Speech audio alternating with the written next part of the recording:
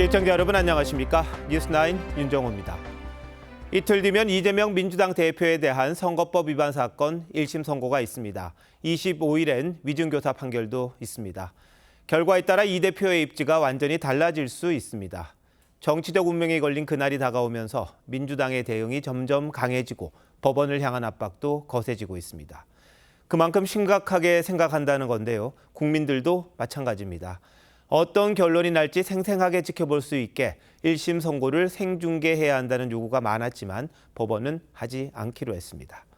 국민의 알 권리 차원에서 아쉽다는 평가가 적지 않은데 법원이 왜 이렇게 결정했고 여야는 어떻게 반응하는지 정준영 기자가 먼저 보도합니다. 여당은 오는 15일 이재명 대표 선거법 사건 1심 선고를 생중계하라고 요구해왔습니다. 선고 생중계를 허가해 주실 것을 강력히 요청드립니다. 하지만 법원은 생중계를 하지 않기로 했습니다. 재판부는 관련 법익을 종합적으로 고려했다고만 설명했습니다. 지금까지 1심 선고 생중계는 박근혜 전 대통령 2번, 이명박 전 대통령 1번 등 총 3번이었습니다. 법조계에선 정치적 의미가 큰 사건이다 보니 재판부가 부담을 느꼈을 것이란 분석이 나왔습니다. 여당은 아쉽다는 반응을 내놓았습니다. 아마 여러 가지 고려를 해서 생중계를 하지 않기로 결정을 한 것 같습니다. 아쉽지만 판단을 존중합니다. 민주당은 생중계 불허를 환영했고 관련해서 얘기 나온 바는 없고 법원의 결정을 환영합니다. 이 대표는 말을 아꼈습니다. 선거법 이제 1심 선고 그만합시다. 국민의힘은 오는 25일 위증교사 사건 1심 선고는 생중계해달라고 요청했습니다. TV조선 정춘영입니다. 생중계를 하지 않기로 한 법원은 모레 선고를 앞두고 초비상 상태입니다. 이 대표 지지자와 반대파가 법원 앞으로 몰려올 게 뻔하기 때문이죠. 선고 당일 차량 출입을 통제하고 보안 검색을 대폭 강화하기로 했습니다. 법정도 옮기기로 했다는데 한지은 기자가 이어서 전합니다.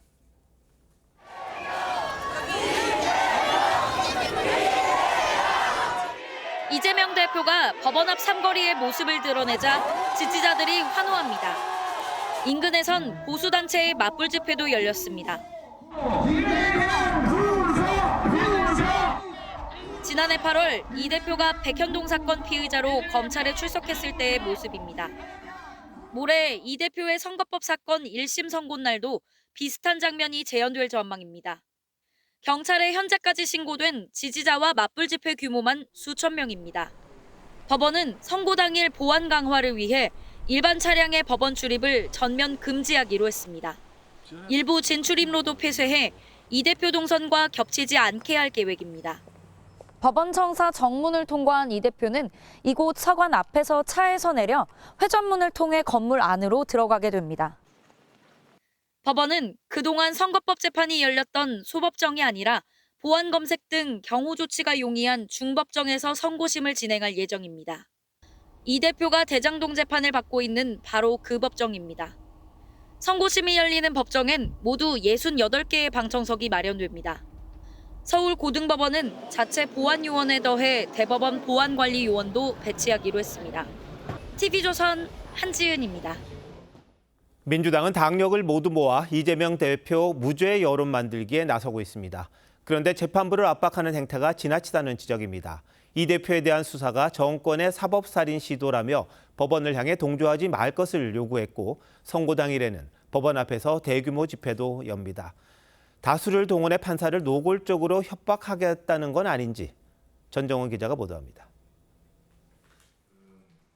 이재명 대표 사법 리스크 대응 조직인 민주당 검찰독재대책위 의원들은 사법부를 향한 무죄 촉구 발언을 쏟아냈습니다.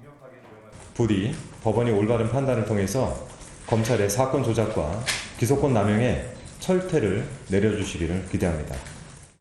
무죄가 나올 게 분명하다는 확신부터 증거로 보나 법리로 보나 무죄 선고가 분명하고 무죄를 선고하지 않으면 사법부 존재 의미를 부정당할 거라는 압박성 발언도 나왔습니다. 재판부가 이 정권의 사법살인에 동조한다면은 이 재판은 사법부의 흑역사로 남을 것입니다. 당 지도부 회의에서도 이 대표 무죄를 주장하는 공개 발언이 잇따랐는데 이 대표는 직접 언급을 피했습니다. 100만 명 탄원은 단순한 숫자가 아닙니다. 국민의 분노와 절박함을 담은 목소리입니다. 친명계 최대 조직인 더민주혁신회의는 1심 선고 당일인 15일과 25일 법원 앞에서 당 지도부와 지지자 5천 명이 참여하는 대규모 집회를 열 계획입니다. 국민의힘은 기괴하고 저질스러운 사법부 압박이라고 비판했습니다. 기괴한 방법으로 재판에 온갖 회의와 압박을 하고 있기 때문에 그 점에 대해서는 좀 걱정하고 있습니다. 국민의힘은 판사를 겁박할 경우 처벌하는 내용의 사법방해죄 법안을 내일 발의할 계획입니다. TV조선 전정원입니다.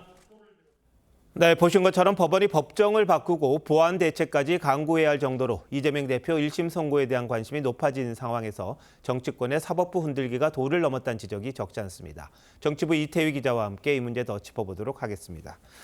자, 이 기자 앞서 리포트에서도 나왔는데요. 민주당 의원들이 무죄 탄원을 합니다. 그런데 이게 듣는 사람에 따라서는 일종의 겁박으로 느껴질 수도 있다. 이런 지적이 나와요. 그리고 판사들 입장에서는 본인이 선고를 해야 하는데 이거 엄청난 압박 아닐까요? 판사들이 오직 법리에 따라서 판단을 내린다고는 하지만 결국 사람이 하는 일인 만큼 심리적 부담이 될 가능성 분명히 있습니다. 검찰을 비판하는 표현에서 나온 말이긴 하지만 법조인 출신인 양부남 의원조차 무죄가 난다면 사법살인에 동조하는 거라고 표현한 건 도를 넘었다는 지적이 나옵니다. 자, 그렇다면 말이죠. 가정이긴 합니다만 이 대표에게 만약 유죄 판결이 날 경우 민주당이 판결에 불복하는 상황 있지 않을까요? 그건 대한민국의 법치를 부정하는 것인 만큼 쉽지는 않을 겁니다. 다만 지금 나오는 민주당 의원들의 발언을 보면 유죄 판결이 나올 경우 검찰에 집중됐던 공세가 사법부로 향할 가능성은 배제할 수 없습니다. 자, 그런데 민주당도 그렇다 치는데 이 야권 지지자들이 어떻게 반응할지 이것도 상당히 중요할 것 같습니다. 민주당 지도부 관계자는 유무죄를 떠나 결론이 나기만 하면 주말 장외 집회는 더 달아오를 걸로 기대하는 분위기가 있다고 전했습니다. 이 대표에게 유죄가 선고되면 지지층 결집에 효과가 있을 것이고 무죄 판결이 나올 경우엔 정부 비판에 더 힘이 실릴 수 있을 걸로 기대하는 겁니다. 민주당에서는 오늘 군사 독재 시절까지 언급하며 사법부가 제대로 판결을 내리지 못하면 수많은 국민이 희생될 수 있을 거란 여론전을 펴기도 했습니다. 다만 15일과 25일 1심 선고 결과를 이 중도층이 어떻게 받아들이냐가 선고 이후 국면의 장기화 여부에 변수가 될 가능성이 있습니다. 그에 따라 이 대표 대항마로 꼽히는 비명계 주자들의 움직임도 결정될 것으로 보입니다. 네, 근데 반대로 국민의힘에서 유죄가 나와야 한다 이런 이야기를 하고 있습니다. 이걸 사법부 압박으로 볼 여지도 있지 않을까요? 네, 한동훈 대표를 비롯한 여당 의원들 역시 공식석상에서 이 대표 유죄를 확신하는 듯한 메시지를 수차례 내놓고 있습니다. 선고 공판이 예정된 서울중앙지법 앞에서 재판 생중계를 요구하며 1인 시위를 벌인 진종호 최고위원은 법원이 어떤 압력에도 굴하지 말고 판단해 주리라 믿는다고 했었는데요. 정작 이 피켓 시위가 자신이 말한 압력이 될 수 있다는 지적, 마찬가지로 피하긴 어려울 겁니다. 네, 유무죄가 날 경우에 그 결과를 얼마나 잘 받아들이느냐가 중요할 텐데 정치권 보면은 희망이 없어 보이고요. 우리 국민들이 오히려 성숙한 자세로 이를 좀 잘 이해해야 할 것 같군요. 자, 이 기자 잘 들었습니다. 명태균 씨 관련 여러 단독 보도로 이어가겠습니다. 어제 오늘 명 씨가 김건희 여사로부터 500만 원이 든 돈 봉투를 받았다는 의혹이 불거졌습니다. 저희 취재 결과 돈 봉투의 존재는 명 씨가 스스로 밝힌 것으로 확인됐습니다. 자신의 휴대전화 속 사진을 검찰 측에 보여주면서 김 여사와의 친분을 과시했다고 합니다. 먼저 주원진 기자의 단독 보도입니다. 창원지검은 지난 9월 명태균 씨 자택을 압수수색해 휴대폰 등을 확보했습니다. 이후 명 씨가 참관한 가운데 휴대폰 포렌식을 했습니다. 이 자리에서 명 씨는 휴대폰을 돌려받으며 코바나 컨텐츠가 적힌 봉투 사진이 있다고 말한 것으로 알려졌습니다. 스스로 돈 봉투의 존재를 검찰에 알려준 건데 검찰은 김건희 여사와의 친분을 과시하려는 의도였던 것으로 보고 있습니다. 검찰은 지난 11일 청구한 명태균 씨 구속영장에 명 씨가 대통령 부부와 친분을 과시하며 이른바 공천 장사를 했다고 적시한 바 있습니다. 일반 국민들이 대통령하고 여사하고 접촉이 어렵기 때문에 그런 거지 저분이 대통령이 됐으면 참 잘할 것 같아. 그런 마음으로 한 거 아니에요?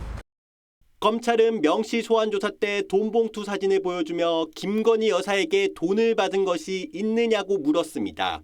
이에 대해 변호인은 명 씨가 교통비 정도 받았다고 진술했다고 전했습니다. 창원지법은 내일 오후 2시부터 명 씨와 김영선 전 의원 등에 대한 구속영장 실질 심사를 진행합니다. TV조선 주원진입니다. 명 씨가 받은 봉투에 500만 원이 들어있었다는 뉴스 쏟아지고 있죠. 그런데 명 씨는 검찰 조사에서 금액이나 돈을 받은 시점을 특정하지 못한 것으로 알려졌습니다. 검찰도 봉투만으로는 액수를 확인할 수 없다면서도 모든 의혹은 다 조사하겠다고 합니다. 이어서 신유만 기자의 단독 보도입니다. 김영선 전 의원 회계 책임자인 강혜경 씨는 명태균 씨가 자랑한 돈 봉투엔 500만 원이 들어있었다고 했습니다. 동행을 했던 분이 500만 원이고 이제 봉투 색깔까지 얘기를 해주시더라고요. 하지만 명태균 씨는 검찰 조사에서 봉투 안에 든 금액이 얼마였는지 언제 받은 건지 정확히 기억이 안 난다고 진술한 것으로 알려졌습니다. 검찰 관계자도 TV조선 통화에서 사진상으론 봉투만 보일 뿐이라 금액은 알 수 없었다며 500만 원이 든 것으로 보이진 않았다고 했습니다. 명 씨가 문제의 돈 봉투를 받은 시점 역시 윤석열 대통령 취임 이전인지 이후인지 특정되지 않고 있습니다. 강 씨는 2022년 6월 초에 명 씨가 자랑하는 걸 봤다고 했는데 미래한국연구소 김모 소장은 TV조선과의 통화에서 윤 대통령 취임 이전이 확실하다며 2022년 4월로 기억한다고 했습니다. 검찰은 돈의 성격을 비롯해 언론에 제기된 의혹은 모두 확인할 계획이라고 밝혔습니다. TV조선 신유만입니다. 검찰은 명태균 씨 공천 개입 의혹과 관련해 당시 국민의힘 대표였던 이준석 의원도 조사할 방침입니다. 그런데 명 씨가 소유한 것으로 의심되는 미래한국연구소 김모 대표는 오늘 TV조선과의 통화에서 이 의원이 2021년 당대표 선거에 출마했을 때 무상으로 여론조사를 해줬다고 주장했습니다. 하지만 이 의원은 어떤 여론조사도 명 씨에게 의뢰한 적이 없었다고 했었죠. 어찌된 일인지 유태영 기자의 단독 보도 이어갑니다. 강혜경 씨 측은 이준석 개혁신당 의원이 국민의힘 대표 시절 명태균 씨에게 여론조사를 의뢰했다는 의혹을 제기했습니다. 이준석이가 부탁을 해서 RDD로 미래한국연구소 김모 대표는 TV조선과 통화에서 이보다 2년여 전 이 의원이 2021년 국민의힘 당대표 선거에 나왔을 때도 무상 여론조사를 해줬다고 주장했습니다. 당대표 되는데 명태균이가 어떻게 해준 거 다 알잖아요. 여론조사하고 하는 거 다 공짜로 해주는데. 당대표 취임 후 이 의원은 경북에서 열린 한 언론사 행사에 참석했습니다. 사실 안동은 제가 어릴 때 굉장히 자주 왔었습니다. 김 대표는 당시 행사 출연료 3천만 원은 이 대표 측에 전달되지 않고 미래한국연구소 계좌에 들어왔다며 이런 내용을 검찰에도 진술했다고 했습니다. 이 의원 측은 오늘 TV조선에 해외 출장 중이라 확인해 줄 수 없다고 했습니다. 앞서 지난달 이 의원은 명태균을 포함해 어느 누구에게도 여론조사를 의뢰한 바가 없다고 밝힌 바 있습니다. TV조선 류태영입니다. 검찰 조사 대상에는 김종인 전 국민의힘 비상대책위원장도 포함될 걸로 보입니다. 명태균 씨가 여러 선거에서 공천과 관련해 김 전 위원장과 나눈 대화를 확보한 걸로 알려졌는데요. 실제 공천에 개입했는지 등을 확인하겠다는 겁니다. 김도영 기자입니다. 김종인 전 국민의힘 비상대책위원장은 명태균 씨와 교류한 사실이 알려진 뒤 구체적 해명은 하지 않았습니다. 자기 목적을 위해서 말을 만들어내는 걸 내가 지금 보고서 내 거기에 일일이 데리고 오기 싫으니까 아무 소리도 안 하고 있는 건데.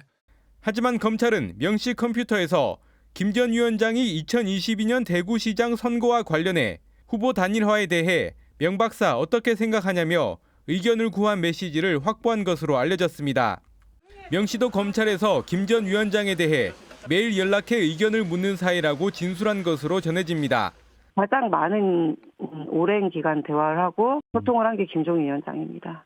검찰은 명 씨 수사와 관련해 김 전 위원장도 조사할 방침입니다. 김 전 위원장은 TV조선과의 통화에서 명태균 씨와 메시지를 주고받거나 선거에 대해 상의한 적이 없다고 반박했습니다.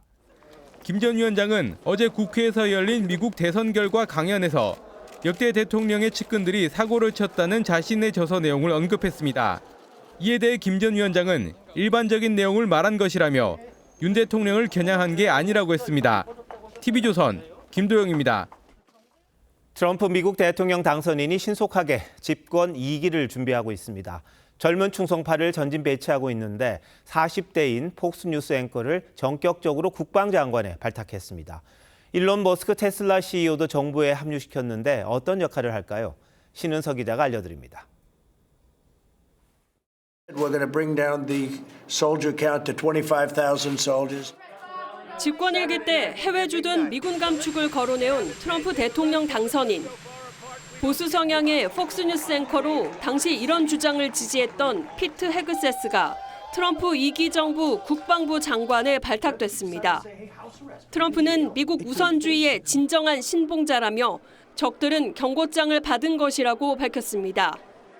1980년생인 헤그세스는 육군 소령 출신으로 이라크, 아프가니스탄 전쟁에 참전했는데 40대 영광급 예비군 장교가 국방장관을 맡는 건 파격적이란 평가입니다.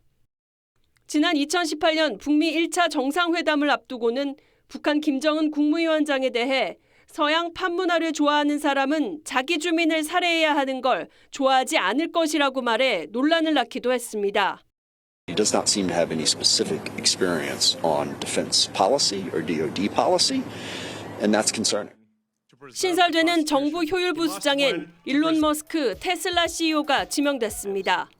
머스크는 400개 넘는 정부 기관 중 99개만 있으면 충분하다며 칼바람을 예고했습니다. Your money is being wasted, and the Department of Government Efficiency is going to fix that. 트럼프는 정부 효율부가 미국 구하기 운동의 핵심이라고 소개했는데 부서 약칭인 더지는 머스크가 띄우고 있는 암호화폐 도치코인과 철자가 같아 눈길을 끌고 있습니다. TV조선 신은서입니다. 러시아에 파병된 북한군이 격전지인 쿠르스크에서 전투에 투입됐다고 미국 국무부가 처음으로 공식 확인했습니다. 잠시 후 열리는 나토 회의에서도 이 문제를 논의할 예정인데 미국의 입장은 단호합니다. 황선영 기자입니다. 드론 공격을 받은 러시아군 탱크에서 군인들이 기어서 빠져나옵니다. 우크라이나군이 공개한 러시아 쿠르스크 영상입니다. 이곳 전투에 북한군이 투입됐다고 미국 정부가 밝혔습니다. 10,000 DPRK soldiers have been sent to eastern Russia, and most of them have moved to the far western Kursk Oblast, where they have begun engaging in combat operations with Russian forces. 러시아 동부에 파견됐던 북한 병력 대부분이 서남부 격전지인 쿠르스크로 이동했다는 겁니다. 미국은 북한군이 참혼의 위험 요소 제거와 무인기 조종 등 최전방에서 필요한 훈련을 러시아군으로부터 받았다고 설명했습니다. 그러면서 단호한 대응을 예고했습니다. DPRK, North Korean forces, injected into the battle, and now quite literally in combat, which demands and will get a firm response. 앞서 젤렌스키 우크라이나 대통령도 북한군을 포함한 러시아군 5만 명과 교전 중이라고 밝힌 바 있습니다. Уважно щодо Курської операції. Там наші хлопці стримують достатньо значне угруповання російських військ, 50 тисяч особового складу армії окупанта. 러시아가 우크라이나의 일부 지역을 뺏긴 쿠르스크 탈환에 본격적으로 나섰다는 관측이 나오는 가운데 일본 언론은 쿠르스크에서 격렬한 전투가 벌어져 북한군 전사자들이 발생했다고 전했습니다. TV조선 황선영입니다.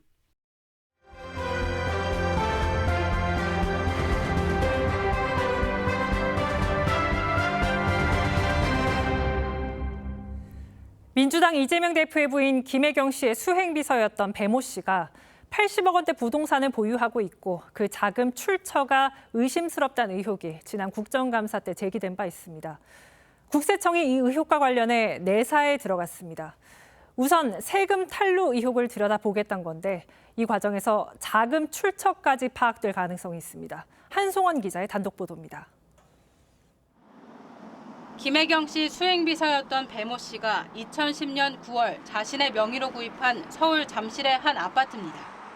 주택담보대출 없이 9억 5천만 원에 매입했는데 최근 시세로는 28억 원 상당으로 알려져 있습니다. 이 밖에도 배 씨는 수원 상가주택과 서울 아파트 등 모두 4채를 단독 혹은 모친과 공동 명의로 소유하고 있습니다. 국민의힘은 지난 국정감사 때 80억 상당 부동산들의 자금 출처가 의심스럽다는 의혹을 제기했습니다. 공무원 생활 10여 년 동안 4억가량을 벌었던 배 씨의 소득으론 불가능하단 겁니다. 자기 소득보다 훨씬 더 큰 부동산 이걸 구매를 하고 사용을 하고 있다 또는 수익을 내고 있다 이러면은 국세청은 무슨 일을 합니까? 자금 사용한 것과 자금의 출처 두 개를 전산으로 분석해서 실제로 국세청이 배 씨 부동산과 관련해 세무조사를 위한 내사에 들어간 걸로 확인됐습니다. 증여나 상속세 등 세금 탈루 의혹을 우선 들여다볼 걸로 알려졌는데 이 과정에서 자금 출처 조사로 이어질 가능성도 있습니다. 이럴 경우 여권이 제기한 차명 소유 의혹의 진위 여부도 가려질 걸로 보입니다. 배 씨는 세금 납세 여부와 자금 출처를 묻는 TV조선 질문에 답하지 않았습니다. TV조선 한승원입니다. 문재인 전 대통령의 딸 다혜 씨가 지난달 음주운전 혐의로 경찰 조사를 받았습니다. 최근엔 제주도에서 불법 숙박업을 한 혐의로 경찰 조사를 받았는데 혐의를 인정했다고 합니다. 김태준 기자가 보도합니다. 제주 한림읍 바닷가의 단독주택입니다. 소유주는 문 전 대통령의 딸 다혜 씨입니다. 문 씨는 지난 2022년 7월 문 전 대통령의 멘토로 알려진 송기인 신부로부터 이 집을 3억 8천만 원에 매입했습니다. 그런데 지난 9월 문 씨가 불법 숙박업을 한다는 민원이 제기돼 제주시가 경찰에 수사를 의뢰했습니다. 민박이야 민박. 지금은 이때 되면 불쾌요. 다른 것도 많이 오고. 그제 제주자치경찰단은 문 씨를 불러 관련 혐의에 대해 조사했습니다. 공중위생관리법에 위반에 해당이 되는 사안인데 정상적인 어떤 허가를 신고를 하지 않고 이제 숙박 영업을 한 사안입니다. 문 씨는 경찰이 증거를 제시하자 혐의를 인정한 것으로 알려졌습니다. 공중위생관리법상 신고하지 않고 숙박업을 하면 2년 이하의 징역 또는 2천만 원 이하의 벌금에 처해질 수 있습니다. 경찰은 문 씨 사건을 불구속 상태로 검찰에 넘길 예정입니다. TV조선 김태준입니다. 음주 뺑소니로 재판을 받아온 가수 김호중 씨가 1심에서 징역 2년 6개월을 선고받았습니다. 3번이나 반성문을 내면서 선처를 호소했지만 재판부는 죄책감을 가졌는지 의문이라고 질타했습니다. 안혜리 기자가 보도합니다. 흰색 SUV가 중앙선을 침범해 택시를 들이받고 그대로 달아납니다. 이 차를 운전했던 가수 김호중 씨는 음주 뺑소니와 매니저에게 대신 자수를 시킨 혐의 등으로 재판을 받아왔습니다. 검찰 소개시 앞두고 따로 하실 말씀 없으세요? 끝나고 말씀드리겠습니다. 죄송합니다. 1심 법원은 김 씨의 위험운전치상, 도주치상, 범인도피 교사 등 모든 혐의를 유죄로 판단했습니다. 구속 상태로 재판을 받아온 김 씨에게 징역 2년 6개월을 선고했습니다. 재판부는 김 씨가 매니저에게 허위 자수를 하게 해 초동 수사에 혼선을 초래하고 경찰 수사력도 낭비됐다고 지적했습니다. 이어 잘못에 대한 일말의 죄책감을 가졌는지 의문이라고 질타했습니다. 법정에서 선고 내내 표정이 없던 김 씨는 실형이 선고되자 낮게 한숨을 내쉬었습니다. 김 씨가 음주운전을 인정했지만 검찰은 음주운전 혐의는 적용하지 못했습니다. 사고 후 술을 더 마시는 이른바 술타기로 정확한 혈중 알코올 농도 측정이 불가능했기 때문입니다. 대리자수를 지시한 소속사 대표와 블랙박스 메모리 카드를 삼킨 본부장에게도 실형이 선고됐습니다. TV조선 안혜리입니다. 방송인 김나정 씨가 자신의 SNS에 필리핀에서 마약을 했다면서 자신의 신변도 위험하다는 글을 올렸습니다. 대사관까지 나서서 김 씨의 귀국을 도왔는데 국민신문고 민원을 받은 경찰은 김 씨의 마약 혐의에 대해 조사할 예정입니다. 조윤정 기자입니다. 김나정 씨는 프리랜서 아나운서 등으로 활동하다가 지난 2019년 모델 선발 대회를 통해 이름을 알렸습니다. 안녕하세요. 김나정입니다. 김 씨가 어제 오전 자신의 SNS에 마약 투약 사실을 인정하는 글을 올렸다가 급히 삭제했습니다. 마약 운반 사태를 피하려고 캐리어와 백을 버렸다며 대한민국 도와주세요란 글이었습니다. 마약 범죄와 연루돼 신변에 위협을 느끼고 있다는 내용입니다. 같은 날 새벽 김 씨의 어머니도 딸이 필리핀에 갔는데 납치를 당한 것 같다고 경찰에 신고했습니다. 경찰은 현지 한국 대사관에 연락했고 김 씨는 무사히 귀국한 것으로 확인됐습니다. 사건 관련 내용에서는 말씀드리기가 좀 어려워서 국민신문고엔 김 씨의 마약 투약 혐의를 조사해달라는 민원이 접수됐습니다. 해외에서 마약을 투약을 하는 것도 여전히 우리나라 형법으로는 범죄 행위가 되고 경찰은 김 씨의 소재를 파악하는 한편 조만간 수사에 나설 방침입니다. TV조선 조윤정입니다.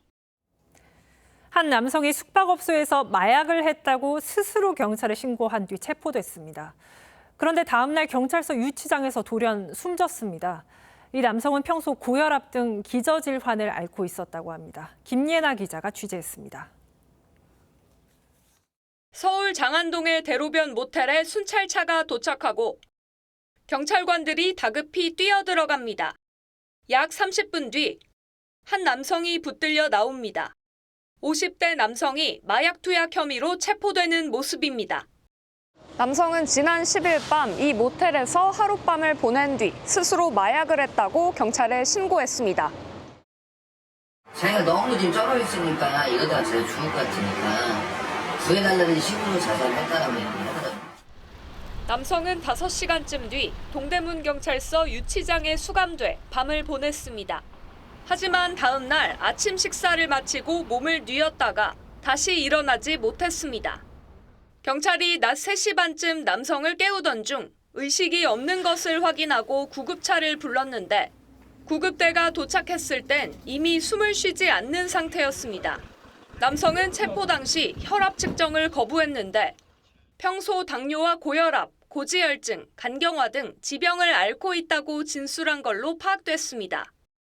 경찰은 남성의 가족들에게 사망 사실을 알리고 부검을 통해 정확한 사인을 확인할 예정입니다. TV조선 김예나입니다. 가상자산에 투자하면 고수익을 낼 수 있다고 속여서 3,200억 원을 뜯어낸 사기 조직이 적발됐습니다. 총책은 60만 명이 넘는 구독자를 보유한 유튜버였습니다. 김승돈 기자가 취재했습니다. 한 유튜브 채널입니다. 주식 투자 정보 방송 도중 전화번호가 노출됩니다. 손실을 본 투자자들이 이 번호를 보고 연락하면 운명을 바꿀 기회라며 아파트를 팔아서라도 코인에 투자하라고 유도합니다.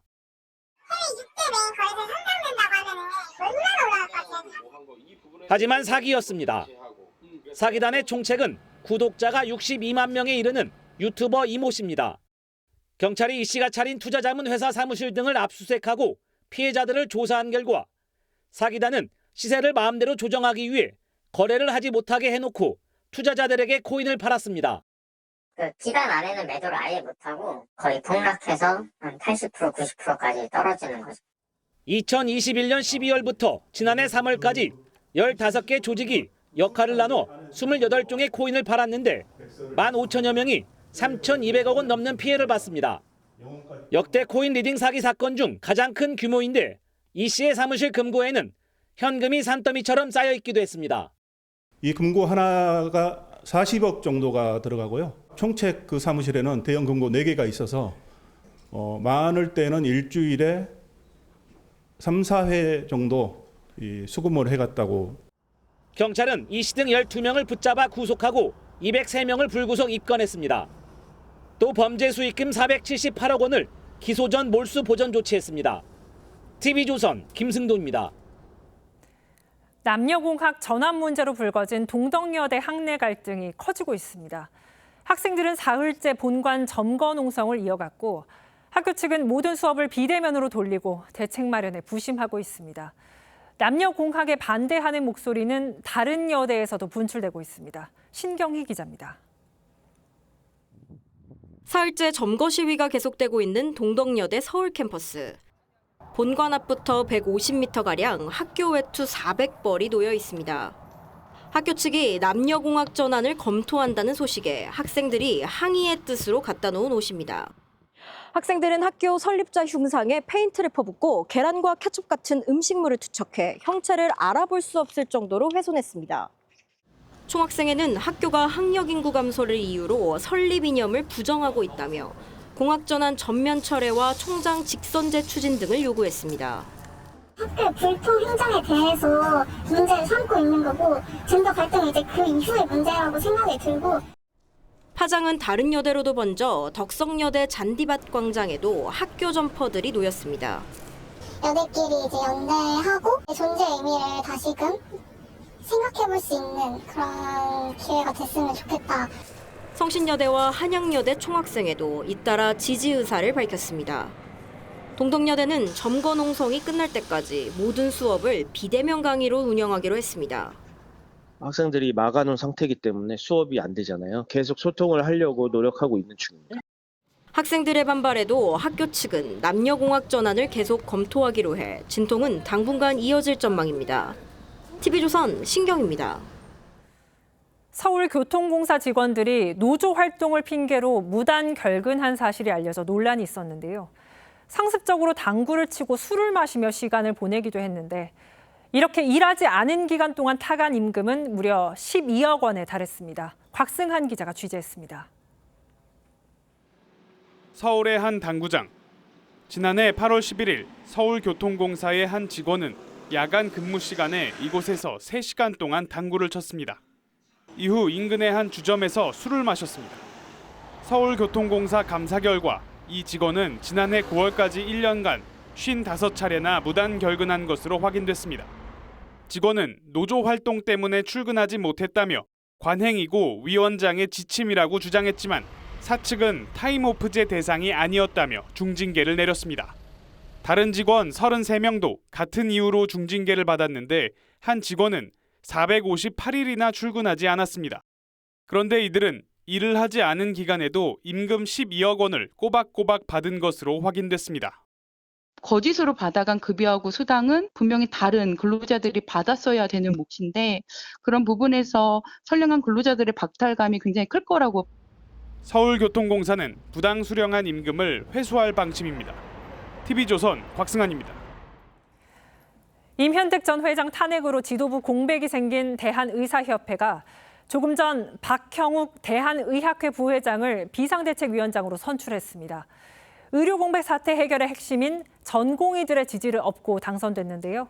의정 갈등 국면이 전환될 수 있을지 취재기자 연결해서 알아보겠습니다. 황민지 기자, 의료계가 긴박하게 움직이는 것 같습니다. 네, 의협은 득표율 52.7%로 박형욱 신임 비상대책위원장 당선을 발표했습니다. 전임 회장 탄핵 3일 만에 본격적으로 이뤄진 투표였는데요. 후보자 4명 가운데 박 신임 위원장은 전공의 단체의 지지를 받은 게 당선에 가장 큰 역할을 한 것으로 보입니다. 박 신임 위원장은 새 의협회장을 뽑는 보궐선거 전까지 의료계를 이끌게 됩니다. 보궐선거는 내년 1월 2일 치러질 예정입니다. 임기는 길어야 2달 정도지만 박 위원장이 풀어야 할 숙제는 큽니다. 무엇보다 의료계 내부의 여러 목소리, 특히 전공의와 의대생들의 의견을 하나로 통합해 정부와의 대화에 나서야 합니다. 박 위원장이 박단 전공의 대표의 공개 지지를 얻은 만큼 꽉 막혀 있었던 의정 대화도 물꼬를 틀 거란 기대가 커지고 있습니다. 이렇게 의료계가 여야의정 협의체에 들어갈 경우 현재 협의체에 불참하고 있는 야당의 참여만 마지막 숙제로 남게 됩니다. 다만 박 신임 위원장 역시 2025학년도 의대 정원을 재논의해야 한다는 원칙론을 유지하고 있어 대화 성과가 쉽게 나질 않을 거란 관측도 나옵니다. 대한의사협회에서 TV조선 황민지입니다. 민주당이 경찰 예산을 삭감하겠다는 소식 어제 단독으로 전해드렸는데요. 이재명 대표가 직접 이를 예고했습니다. 경찰 100여 명이 다친 시위 현장을 오히려 경찰 탓으로 돌리는 건데 앞으로 있을 정권 퇴진 시위에 발판을 만들려는 게 아니냐는 해석입니다. 최홍국 기자입니다. 이재명 대표는 지난 주말 장외 집회에서 일부 참가자들이 연행된 것에 대해 경찰 행태가 점입 가경이라며 예산에 반영하겠다고 했습니다. 예산 심사 과정에서도 이런 점들을 명확하게 반영을 해야 될 겁니다. 권력의 몽둥이가 돼가지고 민중을 향해 휘두르는 이런 행태는 반드시 뜯어 고치도록 합니다. 경찰 특수활동비와 특정 업무 경비 등 예산 삭감도 공식화했습니다. 행안위에서 경찰국의 예산 삭감 등 경찰 물리력 사용에 대한 강력하게 경고하겠습니다. 국민의힘은 해당 집회에서 경찰이 105명이나 다쳤다며 불법 폭력 행위를 모두 묵인할 수 있다는 속내를 드러냈다고 반박했습니다. 연말까지 대통령 퇴진을 요구하는 시위가 예고된 가운데 민주당이 이른바 경찰 길들이기에 나섰다는 겁니다. 국회 예결위에선 지난주 야당 주도로 삭감된 검찰 특활비 80억 원과 특정 업무 경비 506억 원을 두고 이 대표 수사와 연관된 것으로 의심된다는 말도 나왔습니다. 지금 이번에 특활비 특경비를 전액 삭감한 것이 이재명 대표 수사와 관련이 있다고 볼 수도 있겠네요. 그렇게 보십니까? 검사 탄핵을 연속으로 요구하고 있는 그 연장선에서 보면 막 그런 의심도 저희들은 할 수밖에 없는 그런 상황입니다. 하지만 민주당은 권력기관 위주로 특활비가 많이 늘고 있다며 삭감 기조를 재확인했습니다. TV조선 최원국입니다. 윤석열 대통령의 기자회견 이후 한동훈 국민의힘 대표의 메시지에 변화가 생겼습니다. 내부보다는 야권을 향한 공세가 훨씬 더 많아졌고 메시지도 강력해졌습니다. 내일 있을 김건희 여사 특검법 표결 때 단합된 모습을 보여준다는 생각인데요. 여당 움직임 이채림 기자가 전합니다. 한동훈 대표는 연이틀 무력 시위를 하려면 대입 논술 시험이 끝나고 하라며 주말 예정된 야권의 장외 집회를 최악의 민폐라고 비판했습니다. 교통 혼잡과 소음으로 인한 피해 우려됩니다. 우리의 수험생들, 학부모님들, 선생님들 모두 짜증스럽고 싫을 겁니다. 오후엔 청년들이 많이 투자하는 가상자산 과세 유예 방침을 민주당이 반대한다며 조세 저항이 클 거라고 경고했습니다. 한 대표는 지난 7일 윤석열 대통령의 기자회견 이후 엿새간 총 12개의 메시지를 냈는데 이 가운데 8개가 이재명 대표 사법 리스크를 포함한 대야 공세 관련 내용입니다. 이전 일주일과 비교하면 대야 공세가 한 건에서 8건으로 크게 늘었습니다. 김건희 여사 특검법 수정안의 내일 본회의 표결을 앞두고 이탈표를 막기 위한 표 단속에도 신경을 쓰는 모습입니다. 그동안 흩어졌던 힘들을 대야 공세에 집중하자라는 쪽으로 지금 전략을 짜고 있다고. 친윤계에선 한 대표의 태도 변화가 보수 분열 우려를 잠재웠다는 평가가 나왔습니다. 보수 분열을 걱정하는 분들이 참 많았었는데 그 후에 한동훈 대표가 자신의 요구가 모두 관철되었다고 그렇게 발표함으로써 잠재워진 측면이 많습니다. 다만 한 대표 가족과 같은 이름으로 당원 게시판에 올라온 대통령 비방글에 대해 친윤계가 당무 감사를 요구하고 있어 계파 갈등의 소지는 남아 있습니다. TV조선 이채리입니다. 이재명 민주당 대표가 관련된 이른바 성남FC 사건에서 담당 검사가 퇴정 명령을 받고 쫓겨났습니다. 초유의 사태죠. 논란이 계속되고 있는데요. 그동안 관행으로 이어진 검찰의 직권 파견이 위법이냐가 쟁점인데 재판부와 검찰 어떤 생각을 하고 있는지 김주영 기자와 따져보겠습니다. 김 기자, 어떤 일이 일어난 겁니까? 네, 사건 재판부가 법정에 출석한 주임 검사에게 퇴정을 명령했습니다. 재판부는 정모 검사가 당일 파견 형식으로 재판에 참여한 게 위법하다고 판단했는데요. 검사들은 공소사실 입증을 포기하라는 것이라며 반발했고 이의 신청을 하고 재판부 기피 신청도 진행하고 있습니다. 재판부가 어떤 점을 정확하게 문제 삼은 거죠? 네, 퇴정 명령을 받은 정 검사는 이재명 대표 관련 사건 수사를 맡았던 검사로 현재는 부산지검 소속인데 검찰총장 파견 명령을 받고 중앙지검에서 일하고 있습니다. 그러면서 성남FC 사건 등 관련 사건 재판 날이면 하루짜리 성남지청 검사 직무대리 명령을 받아서 재판에 참석하는데 재판부가 이걸 문제 삼은 겁니다. 검찰청법에 따라서 검사는 소속 검찰청 관할에서 직무를 수행하는 게 원칙이고 직무대리를 하려면 검찰총장이 아닌 법무부 장관과 대통령 승인을 받아야 된다는 겁니다. 재판부는 7월부터 이 부분을 시정하라고 요구했고 검찰이 응하지 않자 이번에 퇴정 명령을 내렸습니다. 그런데 검찰 입장은 전혀 다른 것 같던데요. 네, 검찰은 평검사 기준으로 2, 3년마다 인사발령이 있기 때문에 대형 사건은 수사한 검사가 인사발령 이후에도 직무대리 형식으로 재판에 참여하는 게 오래된 관행이란 입장인데요. 조국 전 법무부 장관 수사를 맡았던 검사는 통영지청 발령 이후에 9시간씩 걸려 재판에 참석하는 것으로 화제가 되기도 했습니다. 이때도 똑같이 직무대리 방식이었습니다. 검찰은 검찰청법 7조와 검찰 근무규칙을 근거로 검찰총장이 검사들 간의 직무를 대리하게 할 수 있다고 설명했고 또 1일 직무대리를 금지하는 규정도 없다고 했습니다. 이게 계속됐던 관행이라면 다른 재판에서 문제된 적은 없습니까? 네, 최근에 중앙지법의 이재명 대표 대장동 재판과 수원고법의 이화영 전 경기도 평화부지사 사건에서도 변호인들이 이 부분에 대해 문제 제기를 했는데 재판부는 받아들이지 않았습니다. 변호인들이 아닌 재판부가 이렇게 공식적으로 문제를 삼은 건 처음 있는 일인데요. 그래서 이번에 검찰이 낸 재판부 기피 신청에서 법원이 이걸 어떻게 판단하느냐에 따라 새로운 기준이 될 것으로 보입니다.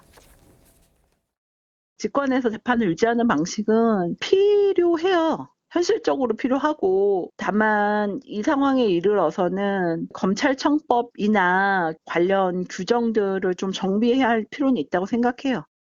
재판부와 검찰이 크게 충돌하는 상황이다 보니까 이 검찰의 오랜 관행 인정될 수 있을지 좀 지켜봐야겠군요. 김 기자, 잘 들었습니다.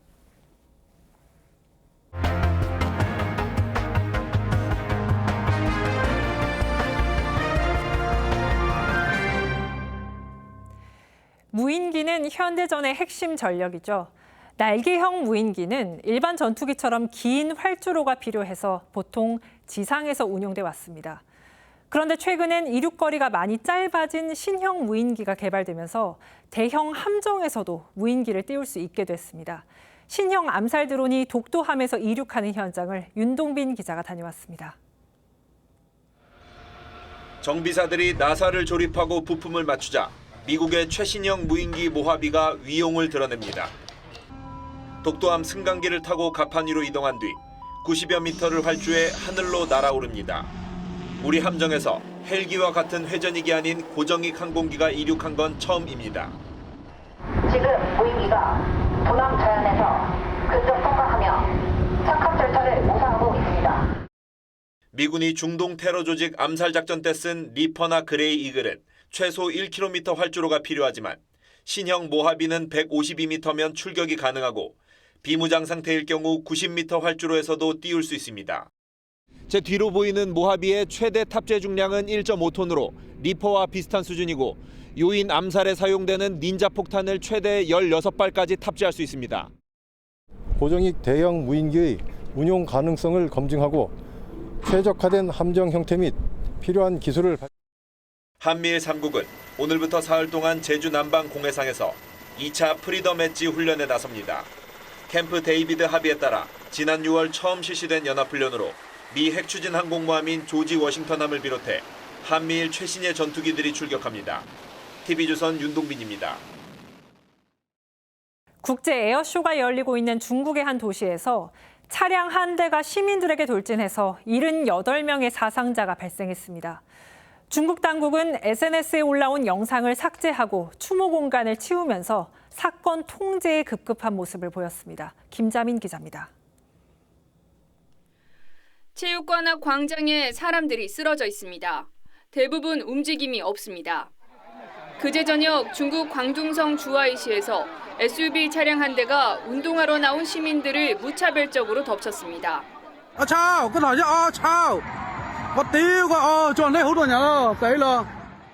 중국 당국은 현재까지 35명이 숨지고 43명이 다쳤다고 밝혔습니다.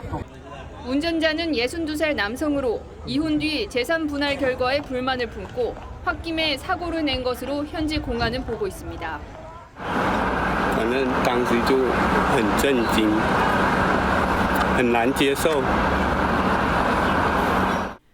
10년 만에 최악의 참사란 평가가 나오는 가운데 당국이 정보 확산을 막으려다 뒤늦게 수습에 나선 것 아니냐는 의혹이 제기됐습니다. 사고가 난 주하이시에선 중국이 신무기를 대거 선보이는 국제 에어쇼가 열리고 있는데 부정적 영향을 미칠까 우려했던 겁니다. 실제로 시민들은 사고 현장에 꽃을 갖다 놓으며 애도했지만 당국은 이런 추모 흔적을 지우고 있습니다. 拿走吗？没有拿到里面灵堂去。哪里啊？里面有04就是灵堂，我不。 소셜미디어에서도 사건 관련 영상과 게시물은 빠르게 삭제됐습니다. 시진핑 국가주석은 사건 발생 만 하루 뒤에야 신속한 대처와 엄중한 처벌을 촉구했습니다. TV조선 김자민입니다. 북중미 월드컵 3차 예선에서 무패 행진을 이어가고 있는 우리 축구대표팀이 내일 저녁 쿠웨이트를 상대로 4연승에 도전합니다. 부상에서 회복한 주장 손흥민의 복귀로 홍명보호 내부 경쟁 분위기도 한껏 고조됐습니다. 이다솜 기자입니다. 대표팀의 굳은 일을 도맡았던 베테랑 이재성의 2경기 연속골에 나란히 A매치 데뷔골을 터뜨리며 원톱 경쟁에 불을 붙인 오연규와 오세훈의 활약까지 손흥민과 황희찬의 공백에도 홍명보호의 공격진은 다채로웠고 결과도 최상이었습니다. 지난 2연전에서 B조 1위에 등극한 대표팀은 하위권에 머무르고 있는 쿠웨이트와 팔레스타인을 상대로 선두 굳히기에 나섭니다. 주장 손흥민의 복귀가 가장 반가운 소식이지만 홍명보 감독은 이제 막 부상에서 회복한 손흥민에게 부담을 주진 않을 계획입니다. 선발 출전은 손흥민, 이강인, 이재성 등 주축 선수들에게 무게가 실리는데 지난 2연전에서 눈도장을 제대로 찍었던 배준호와 홍명보 감독의 첫 부름을 받은 독일파 정우영과 이현주까지 팀 내 경쟁 분위기는 한껏 고조됐습니다. 여기에 선발 명단을 당일에 공개하는 등 홍명보 감독의 무한 경쟁 기조도 긴장감을 더하고 있습니다. 오늘 이제 명단 나오고 수많은 경기를 준비했기 때문에 부담감 이런 건 가지지 않았고. 대표팀은 내일 밤 쿠웨이트전을 치른 뒤 요르단으로 이동해 오는 19일 팔레스타인을 상대합니다. TV조선 이다솜입니다.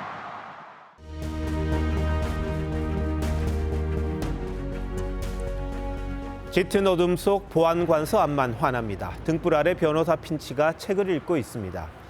암흑을 뚫고 폭도들의 차가 줄지어 달려옵니다. 백인 여성을 겁탈한 혐의로 갇힌 흑인을 끌어내 린치하려는 마을 백인들입니다. 내일 재판에 앞서 그네들식으로 정의를 실현하겠답니다. You know what we want. Get aside from that door, Mr. Finch.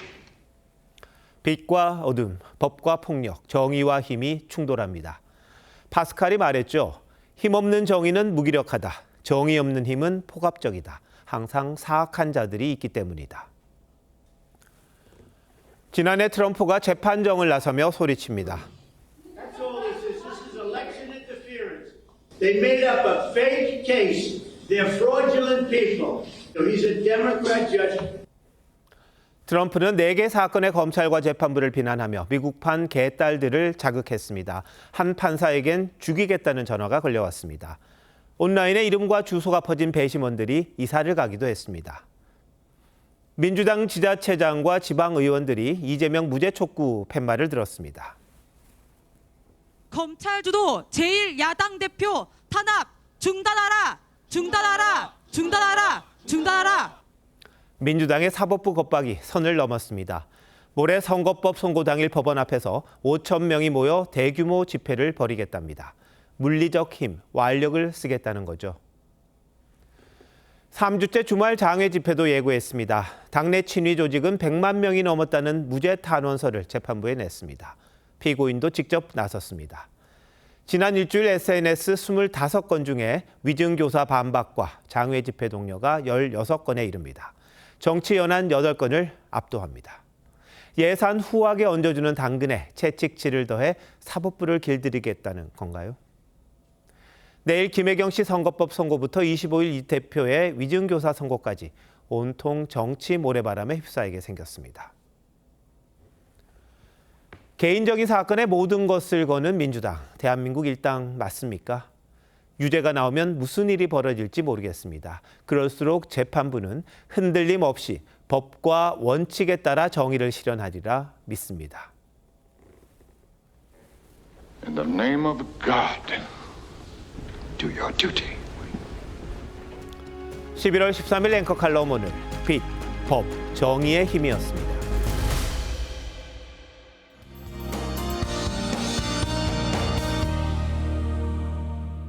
대학 수학 능력 시험을 하루 앞둔 밤입니다. 수능일인 내일도 예년을 웃돌며 크게 춥지 않겠습니다. 단 일교차가 커서 체온 조절할 수 있는 옷차림 준비해 주시는 게 좋겠고요. 가방 속에 작은 우산도 필요합니다.